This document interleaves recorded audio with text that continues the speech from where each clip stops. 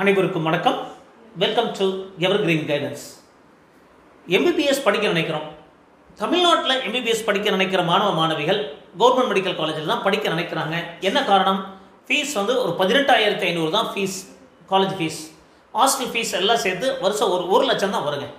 அப்போது டோட்டலாக ஒரு 5 லட்சம் ரூபாயில் மொத்த செலவில் 5 லட்சத்தில் நம்ம எம்பிபிஎஸ் படித்து முடிச்சிடலாம். பட் அதுக்கு கட் ஆஃப் மார்க் தேவைப்படுது, இந்த ரேங்க்குள்ளே இருக்கணும். ஏன்னா government medical college seat possibility reality என்னங்கிறது ஒரு வீடியோ போட்டிருக்கோம். 6 பேரில் ஒருத்தருக்கு தான் கிடைக்குங்க, அல்லது 5 பேரில் ஒருத்தருக்கு தான் கிடைக்கும். கம்யூனிட்டி பொறுத்து மாறுது. ஆவரேஜாக 6 மாணவர்களில் ஒரு மாணவர்களுக்கு கிடைக்கும், 5 மாணவர்களுக்கு கவர்மெண்ட் மெடிக்கல் காலேஜில் இடம் கிடைக்காது அப்படிங்கிறதா உண்மை. அப்ளை பண்ணுறவங்க லிஸ்ட்டில். ஸோ அப்படிலாம் பார்க்கும்போது கவர்மெண்ட் மெடிக்கல் காலேஜில் இடம் கிடைக்கல அப்படின்னா அடுத்த ஆப்ஷன் என்ன அப்படின்னு பார்த்தீங்கன்னா private medical colleges, deemed universities. Deemed யூனிவர்சிட்டியை பொறுத்த வரைக்கும் ஃபீஸ் வந்து ஒரு 25 lakhs to 27 lakhs வரைக்கும் வந்துடுது. அது ஒரு 1.25 கோடி டோட்டல் பட்ஜெட் பார்த்திங்கன்னா ஒரு 1.25 கோடியிலேருந்து 1.5 கோடி வரைக்கும் வரக்கான வாய்ப்புகள் இருக்குது. அப்போது அது ஒரு சாத்தியக்கூறு இல்லை. அடுத்தது ப்ரைவேட் மெடிக்கல் காலேஜில் தமிழ்நாட்டில் private medical college under doctor MGR university, private medical college under private university. So இந்த மாதிரி கேட்டகரியில் போகும்போது நமக்கு ஃபீஸ் ஒரு மிகப்பெரிய ஃபேக்டராக இருக்குது.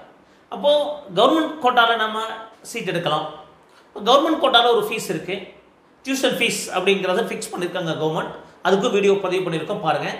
மேனேஜ்மெண்ட் கோட்டாவில் போகலாம், இல்லை என்ஆர்ஐ கோட்டாவில் போகலாம். So NRI quota fees almost equivalent to deemed university fees. அதனால தான் என்ஆர்ஐயில் சீட்டு ஃபில் ஆகிறது இல்லை. ஸோ என்ஆர்ஐ சீட் ஃபில் ஆகாதது எல்லாமே என்ஆர்ஐ லேப்ஸ்டு சீட்டாக போகும். ஸோ அதுக்கும் ஃபீஸ் ஹாஸ்டலோடு சேர்த்து ஒரு 25 lakhs வந்துருங்க. இப்போ மேனேஜ்மெண்ட் கோட்டானா 17 லட்சத்துலேருந்து 20 லட்சம் வரைக்கும் வருது. கவர்மெண்ட் கோட்டானா 7 lakhsலேருந்து 11 lakhs வரைக்கும் வருது. அப்போ இந்த மாதிரி நிறைய ஃபேக்டர்ஸ் இருக்கிறதுனால அப்போ ப்ரைவேட் மெடிக்கல் காலேஜை எப்படி செலக்ட் பண்ணுறது அப்படிங்கிறது மிக முக்கியமான ஃபேக்டருங்க. ஏன்னா நம்ம 5 வருஷம் படிக்கணும். அப்போது ஃபீஸ் மட்டும் காரணமா அப்படின்னா நிறைய ஃபேக்டர்ஸ் இருக்குது.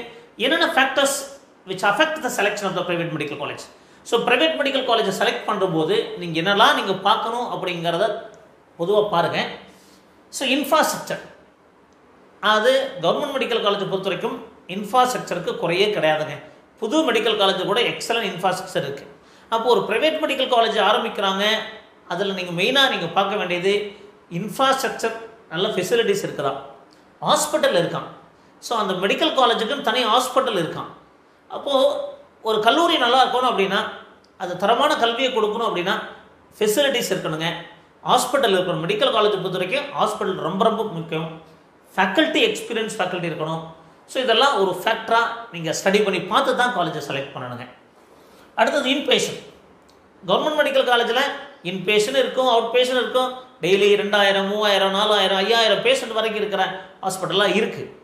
பட் ப்ரைவேட் மெடிக்கல் காலேஜில் அந்த மாதிரி இருக்குமானா கொஞ்சம் சந்தேகங்கள் இருக்கும்.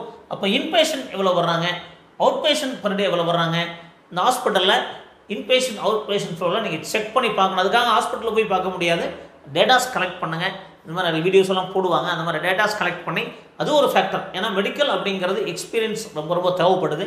ஸோ அந்த டேட்டாவையும் பார்க்கணும். அடுத்தது மிக முக்கியமான ஃபேக்டர் அப்படின்னா ஃபீஸுங்க. டியூஷன் ஃபீஸ் ஆல்ரெடி ஃபிக்ஸ் பண்ணி கொடுத்துருக்காங்க. கவர்மெண்ட் கோட்டாக்கு ஒரு ஃபீஸு, மேனேஜ்மெண்ட் கோட்டாக்கு ஒரு ஃபீஸு, என்ஆர்ஐக்கு ஒரு ஃபீஸு, அது வீடியோ பதிவு பண்ணியிருக்கோம். அப்போ இந்த டியூஷன் ஃபீஸ் மட்டும்தான் வாங்குறாங்களா அப்படின்னா கிடையவே கிடையாதுங்க. எக்ஸ்ட்ரா ஃபீஸ் அப்படிங்கிறது ஒரு சில கல்லூரிகளில் 1 லட்சத்திலிருந்து 4 லட்சம் வரைக்கும், 5 லட்சம் வரைக்கும் வரலாங்க. So minimum 1 lakh to 3 lakhs, 4 lakhs வரைக்கும் எக்ஸ்ட்ரா ஃபீஸ் வருது. ஹாஸ்டல் ஃபீஸ் எடுத்துகிட்டா கூட 1.5 lakhsலேருந்து 3 lakhs வரைக்கும் ஃபீஸ் வாங்குறாங்க. ஸோ ஹாஸ்டல் ஃபீஸ் கல்லூரிக்கு கல்லூரி மாறுபடுது. ஸோ குறைஞ்சபட்சம் 1,30,000 கூட ஆரம்பிக்கிறாங்க ஒரு சில கல்லூரிகள். So 1.5 lakhs, 1.8 lakhs, 2 lakhs, 2.5 lakhs. So இந்த மாதிரி hostel fees and extra fees அப்படிங்கிறது ஒரு சில கல்லூரிகளில் 5 lakhs வந்துடுதுங்க டோட்டலாக. ஒரு சில ப்ரைவேட் யூனிவர்சிட்டியில் 5 lakhs வரைக்கும் வருது. அதுதான் உண்மையும் கூட. அப்போ இந்த ஃபீஸ் அப்படிங்கிறது டியூஷன் ஃபீஸ் மட்டும் கிடையாது, எக்ஸ்ட்ரா ஃபீஸ் நீங்கள் கட்ட முடியுமான்னு பார்க்கணும், ஹாஸ்டல் ஃபீஸ் பார்க்கணும். அதே மாதிரி SC ST ஸ்டூடெண்ட்ஸாக இருந்தீங்கன்னா நீங்கள் டியூஷன் ஃபீஸ் ஸ்காலர்ஷிப் வாங்குறீங்க அப்படின்னா இந்த டியூஷன் ஃபீஸ் எல்லா கல்லூரிகளுமே வருஷ கடைசியில் தான் கவர்மெண்ட் கொடுக்கும்போது உங்களுக்கு அக்கௌண்ட்டில் வரும். அப்போ ஸ்டார்டிங்கில் மோஸ்ட் ஆஃப் த காலேஜஸ்லாம் நம்ம கட்டி தான் நம்ம ஜாயின் பண்ணுற மாதிரி இருக்கும். ஒரு சில கல்லூரிகள் மட்டும் டியூஷன் ஃபீஸ் கடைசியாக வாங்கிக்கிறாங்க. ஸோ இதெல்லாம் நீங்கள் கன்சிடர் பண்ணணும். அப்போது SC ST students tuition fees scholarship avail பண்ணி போகிறவங்களா இருந்தாலும் அந்த ஃபேக்டரையும் பார்க்கணும். ஸோ இந்த மாதிரி நிறைய ஃபேக்டர்ஸை பேஸ் பண்ணி தான் நீங்கள் காலேஜ் செலக்ட் பண்ணணும். Hostel compulsory.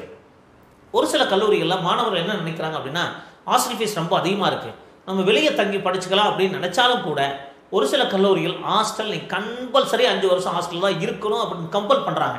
பட் அப்படி கம்பல் பண்ணக்கூடாது. பட் நிறைய காலேஜஸ்லாம், ஃபியூ காலேஜஸ், ஒரு 5-6 காலேஜஸ்லாம் ஹாஸ்டல் கம்பல்சரி சொல்கிறாங்க.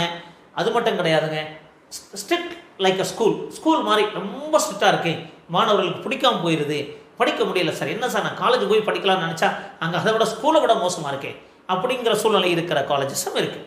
அப்போ இது ஒரு சில மாணவர்களை பிடிக்கிறதில்ல. ஃபெசிலிட்டிஸ் இருக்குது, காலேஜ் நல்லா இருக்குது, பட் இருந்தாலும் ஸ்கூல் மாதிரி நடத்துறது மாணவர்களுக்கு பிடிக்கிறதில்ல. அப்போது ஹாஸ்டல் கம்பல்சரியாக இருந்தால் ஒரு சிலர் வந்து எனக்கு டே ஸ்காலராக போக, வீடு வாடகை எடுத்து தங்கி கூட நான் போகணும்னு நினைக்கிறேன், வெளியே தங்கி போகணும்னு நினைக்கிறேன், பட் அந்த மாதிரி ஒரு சில கல்லூரிகள் பர்மிட் பண்ணுறது இல்லை. அப்போ அதையும் நீங்கள் பார்க்க வேண்டியிருக்கு. Distance from the native. ஒரு பெண் குழந்தையாக இருக்குது, சாட்டர்டே சண்டே லீவ் விட்டால் வந்துடலாம், ஏன்னா லீவ் ரொம்ப குறைவாக தான் இருக்கும். அப்போ ஒரு 100 கிலோமீட்டருக்குள்ள இருக்கா, ஒரு 200 கிலோமீட்டருக்குள்ள இருக்கா அப்படிங்கிற டிஸ்டன்ஸையும் பார்க்க வேண்டிய காலகட்டாயத்தில் இருக்கிறாங்க. ஏன்னா இவ்வளோ நாள் ஃபேமிலியோடு அப்படி ஒன்றா இருந்திருப்பாங்க. பெண் குழந்தை நீங்கள் 600 கிலோமீட்டர் 700 கிலோமீட்டர் அனுப்புறது அவங்களுக்கு கஷ்டமாக கூட தெரியலாம். அப்போ ஒரு சிலர் இந்த டிஸ்டன்ஸையும் பார்க்குறாங்க. இந்த distance from the native also in factor. So அடுத்தது பார்த்தீங்கன்னா நியூ காலேஜா, புது காலேஜாக ஆரம்பிச்சிருக்காங்களா, இந்த வருஷம் ஆரம்பித்த காலேஜா, லாஸ்ட் இயர் ஆரம்பித்த காலேஜா, அதில் ஃபெசிலிட்டிஸ் இருக்குதா. ஒரு சில கல்லூரிகள் புது காலேஜாக இருந்தாலுமே நல்லா இன்ஃப்ராஸ்ட்ரக்சர் ஃபெசிலிட்டி ஆல்ரெடி அவங்க எஜுகேஷன் செக்டாரில் இருந்திருக்கிறாங்க. அப்போ அந்த மாதிரி இருக்கிற கல்லூரிகளை மாணவர்கள் விரும்புகிறாங்க. ஈவன் லாஸ்ட் டைம் பார்த்தீங்கன்னா நந்தா மெடிக்கல் காலேஜ் வந்து புதுசாக ஆரம்பிச்சிருந்தாலுமே ஒரு சில மாணவர்கள் அதை விரும்பி எடுத்தாங்க. ஏன்னா அவங்க போய் விசிட் பண்ணி பார்த்து கைடன்ஸ் பேஸ் பண்ணி எடுத்திருக்காங்க. அப்போ ஒரு சில கல்லூரிகள் நியூ மெடிக்கல் காலேஜை வேண்டாம்னு நினைக்கிறாங்க. ஒரு சிலர் அதை விட பெட்டர் காலேஜஸ் பார்க்கணும்னு நினைக்கிறாங்க. பழைய கல்லூரிகளாக இருந்தாலும் சரியில்லாத கல்லூரிகளாகவும் இருக்கலாம். அப்போது நியூ காலேஜஸாக எப்போ ஆரம்பித்தாங்க, அந்த மாதிரி ஃபேக்டர்ஸ் எல்லாம் நீங்கள் கன்சிடர் பண்ணி வேண்டியிருக்கு. அப்போது ஒரு கல்லூரியை செலக்ட் பண்ணுறோம் அப்படின்னா இந்த 6 ஃபேக்டர்ஸ், 6 to 7 ஃபேக்டர்ஸ் நீங்கள் ரொம்ப ரொம்ப பார்க்கணும். Infrastructure, hospital facilities, inpatient outpatient per day, tuition fees, extra fees, hostel fees. So இதுக்கெல்லாம் நம்ம எப்படி சார் தெரிஞ்சுக்கிறது அப்படின்னா, நம்ம அது மட்டும் கிடையாது, நம்ம கைடன்ஸ் மாதிரி நம்ம கொடுப்போம். ஸோ அந்த கைடன்ஸில் நீங்கள் தேவைப்பட்டால் நீங்கள் யூஸ் பண்ணிக்கலாம். ஸோ ஃப்ரீ கைடன்ஸ் இருக்குது. ஸோ 9 PM to 10:30 PM 9363443685 நானும் கைட் பண்ணுறேன், என்னோட டாட்டரும் கைட் பண்ணுவாங்க. அப்போ நீங்கள் அது ஒரு ஆப்ஷனாக யூஸ் பண்ணிக்கலாம். இல்லை நான் ப்ரீமியம் மோட் ஆஃப் கைடன்ஸ் வேணும், செப்பரேட் நம்பர் மூலமாக உங்களுக்கு 3 மோட் ஆஃப் கைடன்ஸ் இருக்குது. Through phone online guidance, physical mode plus online guidance. So complete guidance, application process, physical mode and online guidance. We will provide a support for all the doubt clarification, online counseling, choice filling guidance, fees details. இந்த மாதிரி எல்லா ப்ராசஸ்க்கும் உங்களுக்கு help பண்ணுவோம். So அப்படி உங்களுக்கு தேவைப்பட்ட தாராளமாக எங்களை காண்டாக்ட் பண்ணலாம். ஸோ இந்த மாதிரி நிறைய வீடியோக்கள் பதிவு பண்ணிகிட்டு இருக்கோம். மறக்காமல் எங்கள் வீடியோஸில் லைக் பண்ணுங்கள், ஷேர் பண்ணுங்கள், எங்கள் சேனல் பிடிச்சிருந்தா சப்ஸ்கிரைப் பண்ணுங்கள். மீண்டும் ஒரு நல்ல பதிவுடன் உங்களை சந்திக்கின்றேன். நன்றி.